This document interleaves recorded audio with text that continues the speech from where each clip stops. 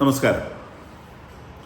Make America great again എന്ന ആപ്തവാക്യവുമായി നടക്കുന്ന ട്രംപിനെ തട്ടിക്കളഞ്ഞാലല്ലാതെ അമേരിക്കയിൽ അലമ്പുണ്ടാക്കാൻ കഴിയുകയില്ല എന്ന് നല്ല നിശ്ചയം കമ്മ്യൂണിസ്റ്റുകൾക്കായാലും ഇസ്ലാമിസ്റ്റുകൾക്കായാലും ലിബറൽ വിഭാഗത്തിൽപ്പെടുന്നവർക്കാണെങ്കിലും നല്ല നിശ്ചയമുണ്ട്. അപ്പോൾ അതുകൊണ്ട് തന്നെ ട്രംപിനെ എങ്ങനെയെങ്കിലും തട്ടിക്കളയണം എന്നുള്ള ഈ വിഭാഗത്തിൽപ്പെട്ട ആളുകളുടെ പുറമെ തെളിഞ്ഞു വന്ന മൂന്നാമത്തെ വധശ്രമം ഇന്നലെ പരാജയപ്പെട്ട കാര്യം നമ്മൾ അറിഞ്ഞു. ഇത് 3 വളരെ സീരിയസ് ആയിട്ടുള്ള അറ്റംപ്റ്റാണ് ട്രംപിനെ വധിക്കുവാൻ വേണ്ടി നടത്തിയതായി തെളിവിൽ വന്നിട്ടുള്ളത്. എത്രയോ പേര് ശ്രമിച്ചിട്ടുണ്ടാവാം. അതിൽ 3 പേരാണ് ആ ശ്രമത്തിൻ്റെ അടുത്തേക്ക് എത്തിയത്. ഒരാൾ ട്രംപിൻ്റെ ചെവിയിൽ വരെ ഷൂട്ട് ചെയ്യാൻ സാധിച്ചു. ഒരു 2 ഇഞ്ച് കൂടി കൊണ്ട് മാറിയെടുത്ത് തലയിൽ കയറിയത്. അപ്പോൾ അത് 2 ഇഞ്ച് വ്യത്യാസം അദ്ദേഹം രക്ഷപ്പെട്ടു. ഇന്നലെയാണെങ്കിലും ഒരു പാർട്ടി നടന്നിരുന്ന സ്ഥലത്തേക്ക്, ട്രംപും അദ്ദേഹത്തിൻ്റെ ഭാര്യയും വൈസ് പ്രസിഡന്റും ഒക്കെ ഉണ്ടായിരുന്ന ഒരു പാർട്ടി നടന്നിരുന്ന സ്ഥലത്തേക്കാണ് ഈ അക്രമി കടന്നു കയറാൻ ശ്രമിച്ച. അദ്ദേഹത്തിൻ്റെ പേര് കോളെ അലൻ എന്നാണ്. കാലിഫോർണിയക്കാരനാണ്. 32 വയസ്സുള്ള ചെറുപ്പക്കാരനാണ്. വിദ്യാസമ്പന്നനാണ്. പക്ഷേ ഏതെങ്കിലുമൊക്കെ ഇസം തലയ്ക്ക് പിടിച്ച ആളുകളാണ്. ഒന്നുകിൽ ലിബറൽ കാറ്റഗറിയിൽപ്പെടുന്ന, അല്ലെങ്കിൽ ഈ ഹോമോസെക്സ് അത്തരം ചിന്തകളിൽപ്പെടുന്നവർ, അല്ലെങ്കിൽ ഇസ്ലാമിസ്റ്റുകൾ, അല്ലെങ്കിൽ കമ്മ്യൂണിസ്റ്റുകൾ. അപ്പോൾ ഇവരെയൊക്കെ ഫിനാൻസ് ചെയ്യുന്നത് ലോകം മുഴുവനുള്ള ഇത്തരത്തിൽപ്പെടുന്ന ആളുകളാണ്. അപ്പോൾ അതിൻ്റെ പിന്നിൽ റഷ്യയാണോ, ഇറാനാണോ, അല്ല ഇസ്ലാമിക ഭീകര സംഘടനകളാണോ, അമേരിക്കയിൽ തന്നെ ഡെമോക്രാറ്റുകളാണോ, ഇത്തരം കാര്യങ്ങളൊക്കെ തെളിഞ്ഞു വരാനിരിക്കുന്നതേ ഉള്ളൂ. എന്തായാലും ഇദ്ദേഹത്തെ ജീവനോടെ പിടിക്കാൻ സാധിച്ചിട്ടുണ്ട്. അപ്പം ഒരു എൻകൗണ്ടറിൻ്റെ ഭാഗമായി അദ്ദേഹം വധിക്കപ്പെട്ടില്ല. ട്രംപ് ഉൾപ്പെടുന്ന പാർട്ടി നടക്കുന്ന ഹാളിലേക്ക് പ്രവേശിക്കാൻ ശ്രമിക്കുന്നതിനിടയിൽ ഇദ്ദേഹത്തെ തിരിച്ചറിയുകയും അങ്ങനെ ഇദ്ദേഹത്തെ സെക്യൂരിറ്റി ഉദ്യോഗസ്ഥന്മാരെ തടഞ്ഞു വയ്ക്കുന്നതിനിടെ ഇദ്ദേഹം തോക്കെടുത്ത് സെക്യൂരിറ്റി ഉദ്യോഗസ്ഥനെ വെടിവെക്കുകയും അവരെ ഇദ്ദേഹത്തെ കീഴ്പ്പെടുത്തുകയുമാണ് ചെയ്തതെന്നുള്ള വാർത്തയൊക്കെ നമ്മളെല്ലാവരും പത്രമാധ്യമങ്ങളിലൂടെ വായിച്ച് മനസ്സിലാക്കിയതാണ്. എന്തായാലും ഇത് അദ്ദേഹത്തിൻ്റെ ലൈഫിന് നേരെയുള്ള 3rd അറ്റംപ്റ്റാണ്. ഇപ്പോൾ ഒരു ശ്രദ്ധേയമായ സംഗതി, ഇവരെ ഇത്തരം ആവശ്യങ്ങൾക്ക് ഉപയോഗിക്കുന്ന ആളുകളെല്ലാവരും മുൻകാലത്തെ കുറ്റകൃത്യങ്ങളിൽ ഏർപ്പെട്ടിട്ടില്ലാത്തവരാണ്. ഈ ആളും, ഈ കോളയാലനും മുൻകാലത്തെ ഒരു കുറ്റകൃത്യത്തിലും ഏർപ്പെട്ടിട്ടുള്ള ആളല്ല. അദ്ദേഹത്തിൻ്റെ പേരിൽ ഒരു ക്രൈം റെക്കോർഡ്സും ഇല്ല. ഇതിനു മുമ്പ് ട്രംപിനെ വെടിവെച്ച ആ ചെറുപ്പക്കാരനാണെങ്കിലും അദ്ദേഹത്തിൻ്റെ പേരിലും യാതൊരു ക്രൈം റെക്കോർഡ്സും ഇല്ല. അപ്പോൾ അതിൻ്റെ ഒരു റീസൺ, ഈ അമേരിക്ക പോലത്തെ ഒരു രാജ്യത്ത് എന്തെങ്കിലും ഒരു ചെറിയ കുറ്റകൃത്യത്തിൽ ശിക്ഷിക്കപ്പെട്ടിട്ടുണ്ടെങ്കിൽ അല്ലെങ്കിൽ പിടിക്കപ്പെട്ടിട്ടുണ്ടെങ്കിൽ അയാളുടെ വിവരം എപ്പോഴും ഇൻ്റർനെറ്റിൽ അവൈലബിൾ ആയിരിക്കും. അപ്പോൾ അദ്ദേഹം അങ്ങനെയുള്ളവർ ഒരു ഹോട്ടൽ റൂം എടുക്കാൻ ചെല്ലുമ്പോഴോ, അല്ലെങ്കിൽ ഒരു സ്ഥലത്ത് ഒരു മുറിയെടുത്ത് താമസിക്കാൻ വേണ്ടി ഒരു വാടകയ്ക്ക് ഒരു സ്ഥലം അന്വേഷിക്കുമ്പോഴോ ഉടനെ ഇയാളുടെ ബയോഡാറ്റ തപ്പിക്കഴിഞ്ഞാൽ അപ്പോൾ തന്നെ ഇദ്ദേഹത്തിൻ്റെ ഈ ക്രിമിനൽ നേച്ചർ പുറത്തു വരികയും അദ്ദേഹത്തിന് താമസം നിഷേധിക്കപ്പെടുകയും ചെയ്യും. മാത്രമല്ല പെട്ടെന്ന് പോലീസിൻ്റെ ശ്രദ്ധയിൽ അദ്ദേഹം പെടും. അപ്പോൾ ഒരു ഹോട്ടലിലൊക്കെ ഇത് റൂം കൊടുക്കുകയാണെങ്കിൽ അപ്പം തന്നെ അവർ പോലീസുകാരെ അറിയിക്കും ഇതൊരു ക്രിമിനൽ റെക്കോർഡുള്ള ആളാണെങ്കിൽ. അപ്പോൾ ട്രംപിനെ പോലത്തെ ഒരു വളരെ VIP ആയിട്ടുള്ള ആൾ വരുന്ന സമയത്ത് പോലീസുകാർ ആ പ്രദേശങ്ങളിൽ എവിടെയെങ്കിലും പെട്ടെന്ന് ടെമ്പററി ആയിട്ട് താമസത്തിലുള്ള കുറ്റകൃത്യങ്ങളിൽ ഏർപ്പെട്ടിട്ടുള്ള ആളുകളുണ്ടോ എന്ന് സെർച്ച് ചെയ്യുകയും അങ്ങനെയുള്ളവരെ അവർ ശ്രദ്ധിക്കുകയും ചെയ്യും. അപ്പോൾ അതുകൊണ്ട് തന്നെ ഇപ്പോൾ ഈ ഇത്തരം ആളുകൾ ഉപയോഗിക്കുന്ന ഇസ്ലാമിസ്റ്റുകളും കമ്മ്യൂണിസ്റ്റുകളും ഈ ലിബറൽ വിഭാഗത്തിൽപ്പെടുന്ന ആളുകളും ട്രംപിനെ കൊല്ലാനായി ഏർപ്പെടുത്തി വിടുന്ന, ചാർട്ടർ ചെയ്തു വിടുന്ന വ്യക്തികൾ ബ്രെയിൻ വാഷ് ചെയ്യപ്പെട്ടവരാണെങ്കിൽ കൂടി മുൻപ് അവർ കുറ്റകൃത്യങ്ങളിൽ ഏർപ്പെടാത്തവരാണ് എന്നുള്ളത് ഒരു വസ്തുതയാണ്. അപ്പോൾ ഇദ്ദേഹത്തെയും അങ്ങനെ ഉള്ള ഒരാളാണ്. കാരണം അമേരിക്കയെ കീഴ്പ്പെടുത്തൽ, ട്രംപ് ഇപ്പം നെഞ്ചു പിരിച്ച് അമേരിക്കയുടെ മുമ്പ് നിൽക്കുകയാണ്. അമേരിക്കയിൽ ഒന്നും ചെയ്യാൻ സാധിക്കില്ല. കാരണം അദ്ദേഹം അത്ര വിജിലൻ്റായിട്ട് അദ്ദേഹം അമേരിക്കയ്ക്ക് വേണ്ടി ഫൈറ്റ് ചെയ്തുകൊണ്ടിരിക്കുക എന്നുള്ള കാര്യം നമുക്ക്. ഇപ്പോൾ ഇറാനിലെ ആക്രമണം തന്നെ, വേറൊരു US പ്രസിഡന്റ് ആണെങ്കിൽ ഇറാനിൽ നിന്നുള്ളൊരു ന്യൂക്ലിയർ ത്രെട്ട് ഒരുപക്ഷെ അവർ പിന്നത്തേക്ക് മാറ്റി വയ്ക്കും. കാരണം വെറുതെ എന്തിനാ ഒരു വയ്യാവിനെടുത്ത് തലേ വയ്ക്കുന്നതെന്ന് വിചാരിക്കുള്ളൂ. കാരണം ഇറാനിൽ നിന്നുള്ള ന്യൂക്ലിയർ ത്രെട്ട് എന്ന് പറയുന്നത് വളരെ ജെന്യുവൻ ആയിട്ടുള്ള ന്യൂക്ലിയർ ത്രെട്ടാണ്. അവർ അത് പറഞ്ഞുകൊണ്ടാണ് ന്യൂക്ലിയർ ബോംബ് ഉണ്ടാക്കുന്നത്. അമേരിക്കയെ നശിപ്പിക്കാൻ വേണ്ടിയാണ്. Once it is cooked well, അതിൻ്റെ പാചകം പൂർത്തിയായി കഴിഞ്ഞാൽ അന്ന് അമേരിക്കയുടെ തലയിൽ കൊണ്ടിടും. അപ്പം അങ്ങനെ പറഞ്ഞിരിക്കുന്ന ഒരു ഇറാനെ നിശ്ചയമായും തീർക്കേണ്ടത് ആവശ്യമാണ് എന്നുള്ളത് എല്ലാ അമേരിക്കൻ പ്രസിഡന്റുമാർക്കും നിശ്ചയമുണ്ട്. പക്ഷേ ഈ പുലിവാൽ ആര് പിടിക്കും? ഇപ്പോൾ പിടിച്ചത് ഏത് അമേരിക്കൻ പ്രസിഡന്റ് പോയി പിടിച്ചാലും ഇപ്പോൾ പിടിച്ച പോലെ ഇത് മുളഞ്ഞും പിടിച്ച പോലെ കയ്യേറൊട്ടിയിരിക്കും, കയ്യെന്ന് വിടത്തില്ല. പിന്നെ അങ്ങനെ ഒട്ടിപ്പിടിച്ചിരിക്കും. ഈ ഒരു പുലിവാല ഏറ്റെടുക്കാൻ ട്രംപിനെ പോലത്തെ രാജ്യം തലമുറകൾക്ക് വേണ്ടി രാജ്യത്തെ രക്ഷിച്ചു നിർത്തണം എന്ന് ബോധ്യമുള്ള ഒരു വ്യക്തിക്ക് മാത്രമേ ഇത്തരം കാര്യങ്ങളിൽ എൻ്റർ ചെയ്യാൻ സാധിക്കുള്ളൂ. നെതന്യാഹുവും സിമിലർ ആയിട്ടൊരു പേഴ്സണാണ്.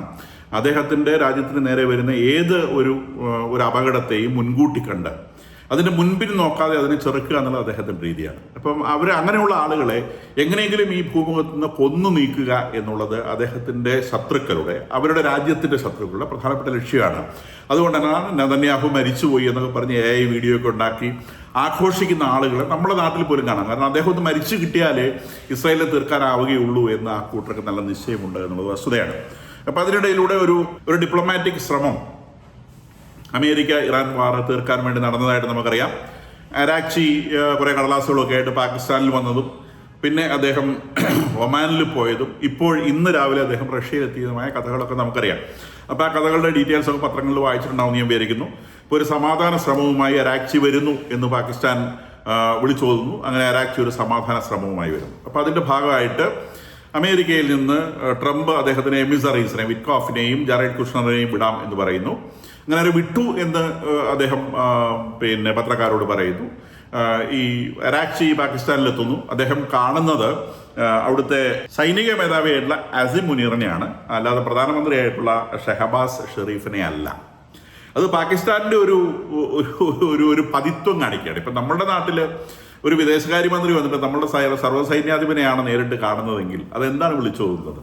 അത് വിളിച്ചോതുന്നത് ഈ നാട്ടിലെ കാര്യങ്ങൾ നിയന്ത്രിക്കുന്നത്, ഭരണം നിയന്ത്രിക്കുന്നത് ഇവിടുത്തെ സുപ്രീം ലീഡർ എന്ന് പറയുന്നത് സർവ്വസൈന്യാധിപനാണ്, അല്ലാതെ ആ രാജ്യത്തിൻ്റെ പ്രധാനമന്ത്രി അല്ല എന്നാണ് വളരെ വ്യക്തമായിട്ട് കാണുന്നത്. അപ്പം അരാക്ചി വരുന്നു, സർവ്വസൈന്യാധിപൻ പോകുന്നു, അദ്ദേഹത്തെ കൂട്ടിക്കൊണ്ട് പോകുന്ന കാര്യങ്ങളൊക്കെ സംസാരിക്കുന്നു.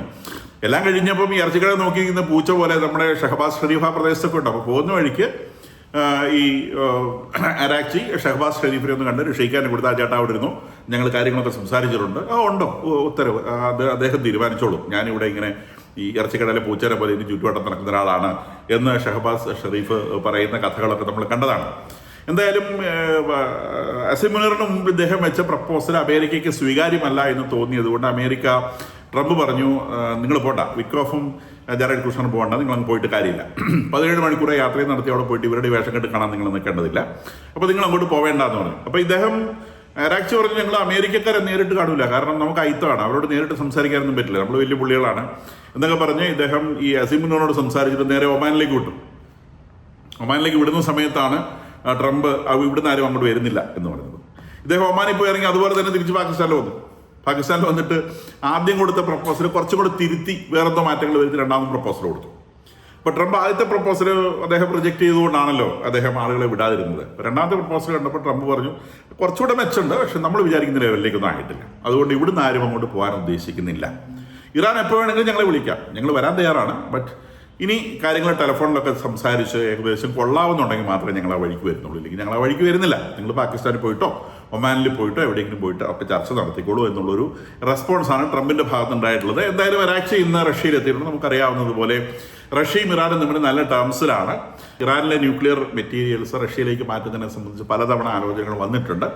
ഒരുപക്ഷെ അത്ര കാര്യങ്ങൾ സംസാരിക്കാനായിരിക്കാം അദ്ദേഹം ഇന്ന് സെന്റ് പീറ്റേഴ്സ്ബർഗിൽ എത്തിയത് നമുക്ക് വിചാരിക്കാം. എന്തായാലും അമേരിക്കയുടെ മുൻപിൽ ഈ അരാക്ചി വെച്ച് പ്രപ്പോസലായിട്ട് മനസ്സിലാക്കപ്പെടുന്ന കാര്യം ഇതാണ്, അവർക്ക് ഇറാനിൽ ഒരു കോൺസെൻസസിൽ എത്താൻ കഴിയുന്നില്ല. കാരണം ഇറാനിൽ നേതൃത്വമില്ലാത്തത് കൊണ്ട്. കാരണം ഈ പെഷേസ്കിയാൻ എന്നൊക്കെ പറയുന്ന അവിടുത്തെ ഇറാനിയൻ പ്രസിഡന്റിനോ അല്ലെങ്കിൽ അവിടുത്തെ സിവിൽ ഭരണകൂടത്തിനോ പ്രത്യേകിച്ച് യാതൊരു അധികാരവും ഇല്ല. പാകിസ്ഥാനിലെ അസിം മുനീർ കസേരയിലിരിക്കുന്നത് പോലെ IRGC ആണ് അവിടെ കാര്യങ്ങൾ നിയന്ത്രിക്കുന്നത്. അപ്പം IRGC കാര്യങ്ങൾ നിയന്ത്രിക്കുമ്പോൾ തന്നെ അതിനകത്ത് ഒരു പവർ സ്ട്രഗിൾ ഉണ്ട്. ഗാലിബാഫ് എന്ന് പറയുന്ന മുൻ IRGC തലവൻ, അദ്ദേഹം ഒരു പൊളിറ്റീഷ്യൻ കൂടിയാണ്. കാരണം ഇതിനകത്ത് പോളിറ്റിക്സ് ഉണ്ട്, പട്ടാളം മാത്രം പോരാ, politics is different, diplomacy is different. Asim മുനീറിന് 2 പണി അറിയാം, അതുകൊണ്ടാണ് അസിം മുനീർ അത് ചെയ്യുന്നത്. നേരെ മറിച്ച് ഇപ്പോഴത്തെ IRGC ചീഫായിട്ടുള്ള അഹമ്മദ് വഹീദി എന്ന് പറയുന്ന ആൾ, അദ്ദേഹത്തിന് പൊളിറ്റിക്കൽ കാര്യങ്ങൾ വശമില്ല, ഡിപ്ലോമസി വശമില്ല. അപ്പോൾ അതുകൊണ്ടായിരിക്കണം അദ്ദേഹം ഗാലിബാഫിനെ കൂട്ടുപിടിച്ചത്. അപ്പോൾ ഗാലിബാഫ് ഇവിടെ ഉണ്ട്, അഹമ്മദ് വഹീദി ഉണ്ട്. അധികാരം ഇരിക്കുന്നത് അഹമ്മദ് വഹീദിയുടെ കയ്യിലാണ്. കാരണം പട്ടാളം, തോക്ക്, ആയുധം അവരുടെ കയ്യിലാണ്. ജനത്തെ അവർ ഭീഷണിപ്പെടുത്തി നിർത്തിയിരിക്കുകയാണ്. എന്ന് പറഞ്ഞാൽ ജനം അവരുടെ നിയന്ത്രണത്തിലാണ്. ജനം ആരുടെ നിയന്ത്രണത്തിലാണ് എന്ന് വെച്ചാൽ അവരാണല്ലോ ഗവൺമെൻറ്. പാകിസ്ഥാനിൽ തന്നെയാണ്. പാകിസ്ഥാനിലെ ജനം അനുസരിക്കില്ല, തോക്കിൻ മുനയിലാണ് ജനത്തെ നിർത്തിയുള്ളത്, തോക്ക് പട്ടാളത്തിൻ്റെ കയ്യിലാണ്. അപ്പം അങ്ങനെ വരുമ്പോൾ ഭരണം നിയന്ത്രിക്കുന്നത് പട്ടാളമാണ്. ഇറാനിലും അതേ കാര്യമാണ്, ജനത്തെ തോക്കിൻ മുനയിൽ നിർത്തിയിരിക്കുകയാണ്. അനങ്ങി കഴിഞ്ഞാൽ വെടിവെക്കും. അപ്പോൾ അതുകൊണ്ട് ജനം അനങ്ങാതെ വീട്ടിനകത്തിരിക്കുന്നു. ഈ തോക്ക് മാറ്റിയാൽ ജനം അനങ്ങും, അവിടെയുള്ള സർവ്വതൊരു മറിച്ചിടും. പക്ഷേ തോക്കിൻ മുനയിൽ നിന്ന് മാറ്റുന്നില്ല. ദിവസം ഓരോരുത്തരെ തൂക്കിക്കൊല്ലും, അത് സ്റ്റേറ്റ് ടെലിവിഷനിൽ കാണിക്കും. മനുഷ്യർ പേടിച്ച് വരച്ചിരിക്കുകയാണ്. അപ്പോൾ ആ ഒരു സാഹചര്യത്തിൽ ഈ ഭരണം നിയന്ത്രിക്കുന്ന ആളുകൾ ഇവരുടെ ഇടയിൽ ഒരു കോൺസെൻസസിൽ എത്താൻ പറ്റുന്നില്ല. അപ്പോൾ അവരിപ്പോൾ മുന്നോട്ട് വയ്ക്കുന്ന ഒരു പ്രപ്പോസൽ ഇതാണ്. തൽക്കാലം നമുക്ക് ഈ ഹോർമുസിലെ പ്രശ്നം കൊണ്ട് തീർക്കാം. ഈ ന്യൂക്ലിയർ വിഷയം നമുക്ക് പിന്നെ സംസാരിക്കാം. ന്യൂക്ലിയർ വിഷയത്തെ സംബന്ധിച്ച് ഒരു കോൺസെൻസസിൽ എത്താൻ പറ്റുന്നില്ല. ന്യൂക്ലിയർ വിഷയത്തിൽ നമുക്കറിയാം, Iran cannot have A nuclear weapon എന്നുള്ളതാണ് അമേരിക്കയുടെ സ്റ്റാൻഡ്. അതുകൊണ്ട് തന്നെ ന്യൂക്ലിയർ എൻറിച്ച്മെൻറ്റ് ഇറാൻ നടത്തേണ്ടതില്ല. കാരണം അതിൻ്റെ ആവശ്യമില്ല. എനർജി പർപ്പസിന് വേണ്ടി ന്യൂക്ലിയർ എൻറിച്ച്മെൻറ്റ് എന്ന് പറയുന്നൊരു കാര്യം ഇറാനിൽ ചെയ്യേണ്ടതില്ല. അതിനേക്കാൾ എത്രയോ ചീപ്പറായിട്ടുള്ള എനർജി സോഴ്സുകൾ ഇഷ്ടം പോലെ ഇറാനിലുണ്ട്. അതുകൊണ്ട് അവർ ന്യൂക്ലിയർ എൻറിച്ച്മെന്റ് നടത്തേണ്ടതില്ല. അവർ ന്യൂക്ലിയർ എൻറിച്ച്മെന്റ് നടത്തുകയാണെങ്കിൽ അതിന് ഒരേ ഒരു ഉദ്ദേശമേ ഉള്ളൂ. അവർ പണ്ട് പ്രഖ്യാപിച്ചതുപോലെ അമേരിക്കയെ ചുട്ടുകരിക്കാൻ, ഇസ്രായേലിനെ ചുട്ടുകരിക്കാൻ, ലോകത്തിലെ മുഴുവൻ ജൂതനെയും ചുട്ടുകരിക്കാൻ വേണ്ടിയാണ് സാധനം ഉണ്ടാക്കുന്നത്. അതുകൊണ്ട് നിങ്ങൾക്ക് ന്യൂക്ലിയർ വെപ്പൺ വേണ്ട, ന്യൂക്ലിയർ എൻറിച്ച്മെന്റ് അനുവദിക്കില്ല. ഇതാണ് അമേരിക്കയുടെ സ്റ്റാൻഡ്.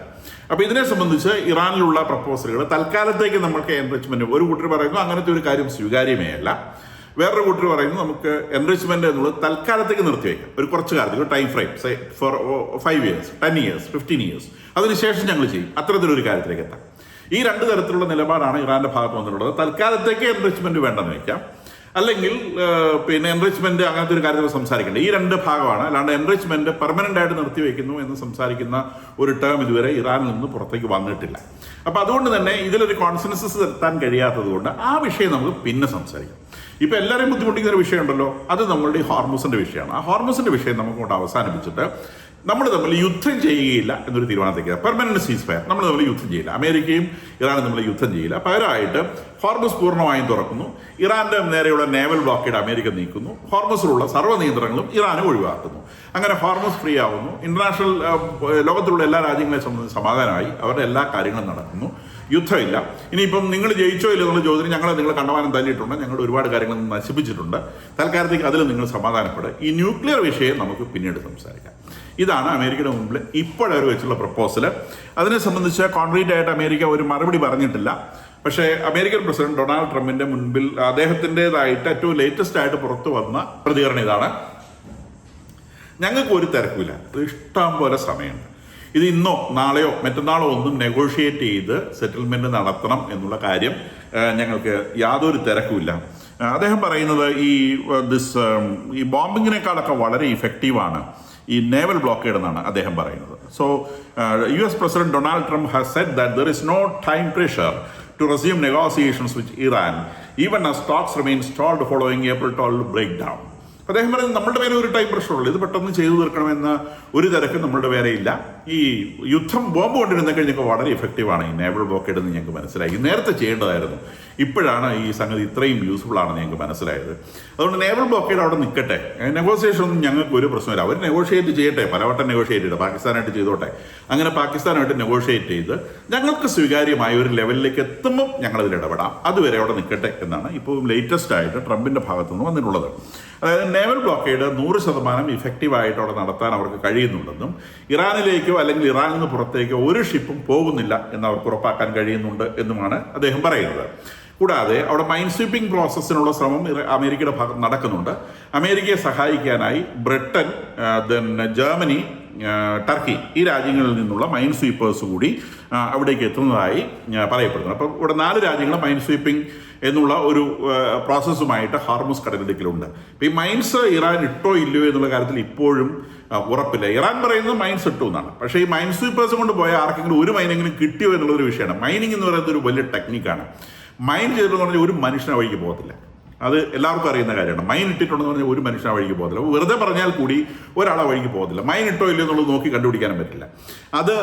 അതിൻ്റെ പ്രദേശങ്ങളിൽ പോയി മൈൻ ഡിറ്റക്ട് ചെയ്യുന്ന റേഡിയേഷൻസോ അങ്ങനത്തെ സൗകര്യങ്ങളൊക്കെ ഉണ്ട്, അത് ഉപയോഗിച്ച് ഇങ്ങനെ കണ്ടുപിടിക്കാൻ പറ്റും. അത് വളരെ സ്ലോ പ്രോസസ്സാണ്. അപ്പോൾ ആ സ്ലോ പ്രോസസ്സിലൂടെ അവിടെ ഒന്നുകിൽ മൈൻസ് ഇല്ല എന്ന് ഉറപ്പാക്കണം, അല്ലെങ്കിൽ ഉള്ള മൈൻസിനെ നീക്കം ചെയ്യണം. അപ്പോൾ ആ പ്രോസസ്സ് അവർ ചെയ്യുന്നുണ്ട്. അപ്പോൾ അവരെ ഇപ്പോൾ ചെയ്യുന്നത് ഈ ഇറാന്റെ തീരത്തോട് ചേർന്നുള്ള സ്ഥലം അത് ബ്ലോക്കായി കിടക്കട്ടെ, മറ്റേ ഭാഗം ഒമാനോട് ചേർന്നുള്ള ഭാഗവും ഇന്റർനാഷണൽ വാട്ടേഴ്സും ക്ലീൻ ആക്കി എടുത്താൽ അതിലൂടെ ട്രാഫിക് നടക്കും. ഇറാനെ ബ്ലോക്കാക്കി നിർത്തുന്ന വഴി ഇറാന്റെ സർവ്വേ ഇടപാട് നിൽക്കുകയും ചെയ്യും. അതാണ് ഇപ്പോൾ അമേരിക്ക സ്വീകരിച്ചിട്ടുള്ള ഒരു പരിപാടി എന്ന് നമുക്കറിയാം. അതിനിടയിലൂടെ ഇസ്രായേലിനെ സംബന്ധിച്ച് ഇസ്രായേൽ ലെബനോണിൽ അവർക്ക് വേണ്ട പണി അവർ ചെയ്യുന്നുണ്ട്. ബെയ്റൂട്ടിലെ ആക്രമണങ്ങൾ സീസ് ഫയറിന്റെ ഭാഗമായി നിർത്തിവെച്ചിട്ടുണ്ട്. പക്ഷേ തെക്കൻ ലെബനോണിൽ അവർ ലൈൻ മാർക്ക് ചെയ്യുകയും അവിടെ ഉണ്ടാകുന്ന എല്ലാ ഹെസ്ബുള്ള ഡെവലപ്മെന്റുകളും അവർ ബോംബ് ചെയ്ത് തകർക്കുകയും ചെയ്യുന്നുണ്ട്. ഹെസ്ബുള്ള തിരിച്ചു വെടിവെക്കുന്നുണ്ട്. എന്ന് പറഞ്ഞാൽ തെക്കൻ ലെബനോണിൽ ഹെസ്ബുള്ളയും ഇസ്രായേലും തമ്മിലുള്ള എക്സ്ചേഞ്ചസ് നടക്കുന്നുണ്ട്. അതിൻ്റെ ഒരു റേഷ്യോ എത്രയാണ് നമുക്കറിയാം. ഹെസ്ബുള്ള ഒരു ഭാഗത്തും ഇസ്രായേൽ വേറൊരു ഭാഗത്തു നിന്ന് ആക്രമിച്ചു കഴിഞ്ഞാൽ അത് ഏത് തരത്തിലായിരിക്കുമെന്ന് നമുക്കറിയാം. അതുപോലെ തന്നെ ഗാസയിലും ഈ കഴിഞ്ഞ ദിവസങ്ങളിൽ ഇസ്രായേൽ ആക്രമണം നടത്തിയിട്ടുണ്ട്. 7 ആളുകൾ ഹാമാസിന്റെ പ്രവർത്തകരെ അവർ കൊന്നിട്ടുണ്ട്. അതായത് ഇസ്രായേലിന്റെ ആക്ടിവിറ്റീസിനൊന്നും അവർ പ്രത്യേകിച്ച് ഒരു കുറവും വരുത്തിയിട്ടില്ല. നേവൽ ബ്ലോക്കേഡിൽ വ്യത്യാസമില്ല. അത് പറഞ്ഞാൽ ഇറാന്റെ ഡിമാൻഡ്സ് ഒന്നും ഒരു തരത്തിലും നടക്കുന്നില്ല എന്നുള്ളതാണ് വസ്തുത. ഇറാൻ സീസ് ഫയറിന് വേണ്ടി മുൻപോട്ട് വെച്ച ഒരു കാര്യവും നടക്കുന്നില്ല. അപ്പം ബാക്കി അവരുടെ ആവശ്യങ്ങൾ, ദാറ്റ് മീൻസ് അമേരിക്ക അതുപോലെ തന്നെ ഇസ്രായേൽ അവരുടെ ഭാഗത്ത് അവർക്ക് ചെയ്യേണ്ട കാര്യങ്ങൾ അവർ ചെയ്യുന്നുണ്ട്. ഇറാനെ സംബന്ധിച്ച് നമ്മൾ നേരത്തെ സൂചിപ്പിച്ചു, അവിടെ ഇന്റർനെറ്റ് യുദ്ധം തുടങ്ങിയ ദിവസം മുതൽ, I think it is 51st day, യുദ്ധം തുടങ്ങിയ ദിവസം മുതലുള്ള ഇന്റർനെറ്റ് ബാനാണ്. ആർക്കും ഒരു തരത്തിലുള്ള ഇന്റർനെറ്റ് ആക്ടിവിറ്റീസും പറ്റില്ല. അപൂർവം ചില ആളുകൾ സ്റ്റാർലിങ്ക് കണക്ഷൻ എടുത്ത് പുറത്തേക്ക് തരുന്ന വഴിക്കാണ് BBC പോലത്തെ മാധ്യമങ്ങൾക്ക് വാർത്ത ചോർന്ന് കിട്ടുന്നതെന്ന് BBC റിപ്പോർട്ട് ചെയ്തിട്ടുണ്ട്. പക്ഷേ BBC ലേഖകനാണെങ്കിൽ പോലും അവിടെ നിന്ന് സ്റ്റാർലിങ്ക് കണക്ഷൻ എടുത്തിട്ടുണ്ടെങ്കിൽ പിടിക്കപ്പെട്ടാൽ വിചാരണ കൂടാതെ 2 വർഷം തടവിൽ പാർപ്പിക്കും എന്നാണ് ഇപ്പോഴത്തെ നിയമം അവിടെ ഉള്ളത്. ഏതെങ്കിലും തരത്തിലുള്ള ഇന്റർനെറ്റ് കണക്ഷൻ യൂസ് ചെയ്യുകയാണെങ്കിൽ വിചാരണ കൂടാതെയുള്ള 2 വർഷത്തെ തടവാണ് പറഞ്ഞിട്ടുള്ളത്. ബാക്കി ഞാൻ നേരത്തെ സൂചിപ്പിച്ച പോലെ ദൈനംദിന അടിസ്ഥാനത്തിൽ ആളുകൾ അവിടെ തൂക്കിക്കൊല്ലുന്നുണ്ട്. അതെല്ലാം സ്റ്റേറ്റ് ടെലിവിഷനിൽ ലൈവായി കാണിക്കുന്നുണ്ട്. സ്റ്റേറ്റ് ടെലിവിഷൻ മാത്രമേ അവൈലബിൾ ആയിട്ട് ടെലിവിഷൻ ചാനലുള്ളൂ. ആ ടെലിവിഷൻ ചാനലിൽ പ്രധാനമായിട്ട് കാണിക്കുന്ന ഈ തൂക്കിക്കൊല്ലുന്ന, വെടിവെച്ച് കൊല്ലുന്ന കാര്യങ്ങളൊക്കെ ജനത്തെ പേടിപ്പിക്കാനാണ്. ഒരു തരത്തിലും ജനം പുറത്തിറങ്ങരുത്, ഒരാൾ പോലും ഒരു സമരവുമായി പുറത്തിറങ്ങരുത് എന്ന് നിർബന്ധമുള്ളതുകൊണ്ട് നിരന്തരമായി ഓരോ സ്റ്റേറ്റിനെതിരെ കുറ്റകൃത്യങ്ങളിൽ ഏർപ്പെട്ടു എന്ന് പറയുന്ന ആളുകളെ വധിക്കുന്ന ചിത്രങ്ങളാണ് ടെലിവിഷനിൽ നിരന്തരമായിട്ട് ഷെയർ ചെയ്യപ്പെട്ടുകൊണ്ടിരിക്കുന്നത്. അതുകൊണ്ട് തന്നെയാണ് ആളുകൾ പുറത്തേക്ക് വരാത്തതെന്ന് നമുക്കറിയാം. കൂടാതെ Chinese oil company, that is Hengli petrochemicals എന്ന് പറയുന്ന ഒരു ചൈനീസ് കമ്പനിക്ക് അമേരിക്ക ബാൻ ഏർപ്പെടുത്തി. നമ്മളത് കഴിഞ്ഞ ദിവസം പത്രങ്ങളിൽ വായിച്ചതാണ്. ഇറാൻ ഓയിൽ വാങ്ങിച്ചു എന്നുള്ളതാണ്. എന്തായാലും അമേരിക്കൻ ബാൻ വന്നതോടെ ആ കമ്പനിയുടെ ഷെയർസിൽ 15% ഇടിവാണ് ഒറ്റയടിക്കുണ്ടായിട്ടുള്ളത്. ഇന്റർനാഷണൽ വലിയ കമ്പനിയാണ്. അപ്പോൾ ഷെയറിൽ 15% ഇടിവ് വരിക എന്ന് പറഞ്ഞാൽ ചില്ലറ കാര്യമല്ല എന്നുള്ളത് നമുക്കറിയാം. അപ്പോൾ ഈ രീതിയിലാണ് ഇപ്പോൾ കാര്യങ്ങൾ മുൻപോട്ട് പോയിക്കൊണ്ടിരിക്കുന്നത്. Currently there is no discussion. Araghchi ഓടി നടക്കുന്നുണ്ട്. അരാക്ചി പറഞ്ഞത് പാകിസ്ഥാനിലേക്ക് പോയത് വളരെ യൂസ്ഫുൾ ആയിരുന്നു എന്ന് അദ്ദേഹം ഇന്ന് റഷ്യയിൽ വെച്ച് പറഞ്ഞതായിട്ട് റിപ്പോർട്ടുകളുണ്ട്. ഒമാനിൽ അദ്ദേഹം പോയത്, ഒമാനിൽ മുൻപ് ഈ നെഗോസിയേഷനിലൊക്കെ ഇടപെട്ടത് ഒമാനായിരുന്നു. നിശ്ചയമായും ഈ നെഗോസിയേഷനിൽ ഒമാനുണ്ട്, ഈജിപ്തുണ്ട്, ഖത്തറുണ്ട്, ഇത്തരം രാജ്യങ്ങളൊക്കെ ആക്റ്റീവായിട്ട് ഇടപെടുന്നുണ്ട്. പക്ഷേ ഇതിന് ഒരു നെഗോഷിയേറ്റഡ് സെറ്റിൽമെൻറ്റിലേക്ക് എത്തണമെന്നുണ്ടെങ്കിൽ ഇവരുടെ ന്യൂക്ലിയർ അംബീഷൻ അവരെ ഉപേക്ഷിച്ചാൽ മാത്രമേ നടക്കുകയുള്ളൂ. അതിന് വേണമെങ്കിൽ അതിനെ സംബന്ധിച്ച് ഇറാനിൽ ഒരു യൂണിഫൈഡ് നേതൃത്വം വേണം ഇത്തരം കാര്യം. കാരണം ഇറാനെ സംബന്ധിച്ച് ഇറാൻ ഇത്രയും കാലം 1979 മുതലുള്ള ശീലം അതിലൊരു ഒറ്റ നേതാവായിരുന്നു, അത് ഖമനേയാണ്. അപ്പോൾ ആ ഖമനയുടെ ഭാഗത്തു നിന്നാണ് യെസ് ഓർ നോ എന്ന ഉത്തരം കിട്ടേണ്ടത്. ആ ശീലമുള്ള ഒരു രാജ്യത്ത് ഇപ്പോൾ യെസ് ഓർ നോ പറയാൻ ആളില്ലാത്തതാണ് അവരുടെ പ്രധാന പ്രശ്നം എന്നുള്ളതാണ് വസ്തുത. ഈ മൊജിറ്റാബ ഖമനൈ എന്ന് പറയുന്നത് ഒരു ജീവച്ഛവമാണ്, ഭിത്തിയിൽ വെച്ചൊരു ഫോട്ടോ പോലെയാണ്, അതിന് പ്രതികരിക്കാനാവില്ല. അപ്പം അതുകൊണ്ട് ആ രൂപത്തിൻ്റെ ഇഷ്ടം എന്ന നിലയ്ക്കാണ് ഈ ഖാലിബാഫ് എന്ന് പറയുന്ന ഒരാൾ സംസാരിക്കുന്നതായിട്ട് നമ്മൾ കാണുന്നത്. പക്ഷെ അത് പൂർണ്ണമായിട്ടും ആരും സ്വീകരിക്കണം നമുക്കറിയാം. കാരണം ഖമനൈ അപ്പോയിന്റ് ചെയ്ത ആളല്ല ഖാലിബാഫ്. ഇതൊക്കെ ഇപ്പോൾ ഇവോൾവ് ചെയ്തു വന്ന ആളുകളാണ്. അപ്പം ആ ഒരു പവർ അതിനെ നമസ്കരിച്ച് എല്ലാം കൂടെ കിടക്കുകയാണ്. അതിൻ്റെ ഭാഗത്തു നിന്ന് ഒരു ഉത്തരവും കിട്ടാത്തത് കൊണ്ട് ഇവർക്ക് ഈ ന്യൂക്ലിയർ എന്നുള്ളത് ഈ റജീം ചാർജ് ഏറ്റെടുത്തപ്പോൾ 1979 ഈ മത റജീം അധികാരം ഏറ്റെടുത്തപ്പോൾ അവർ ചെയ്ത സത്യപ്രതിജ്ഞയാണ് ന്യൂക്ലിയർ ബോംബ് ഉപയോഗിച്ച് അമേരിക്കയെയും ഇസ്രായേലിനെയും ജൂതന്മാരെ മുഴുവനായും ഇല്ലാതാക്കുക എന്നുള്ളത്. അപ്പോൾ അവർ ന്യൂക്ലിയർ അംബീഷൻ ഉപേക്ഷിക്കുക എന്ന് പറഞ്ഞാൽ 1979 അവരെടുത്ത പ്രതിജ്ഞ അവർ വേണ്ടെന്ന് വെക്കുകയാണ്. അപ്പോൾ പിന്നെ എന്തിന് ഇസ്ലാമിക് റെജീം ഫോം ചെയ്തു എന്നുള്ള ഒരു ചോദ്യം അവിടെ ബാക്കി നിൽക്കും. അപ്പോൾ തീവ്രവാദികളെ സംബന്ധിച്ച് അവർക്ക് ഒരു തരത്തിലും അസിമുലേറ്റ് ചെയ്യാൻ പറ്റാത്ത, അല്ലെങ്കിൽ ഊഹിക്കാൻ പറ്റാത്ത, ചിന്തിക്കാൻ പറ്റാത്ത ഒരു കാര്യമാണ് ന്യൂക്ലിയർ അംബീഷൻ ഉപേക്ഷിക്കുക എന്നുള്ളത്. അത് തന്നെയാണ് അവരുടെ മുൻപുള്ള പ്രശ്നം. അത് ഉപേക്ഷിക്കാതെ അമേരിക്ക ഈ പിടിച്ച പിടി വിടാനും പോകുന്നില്ല.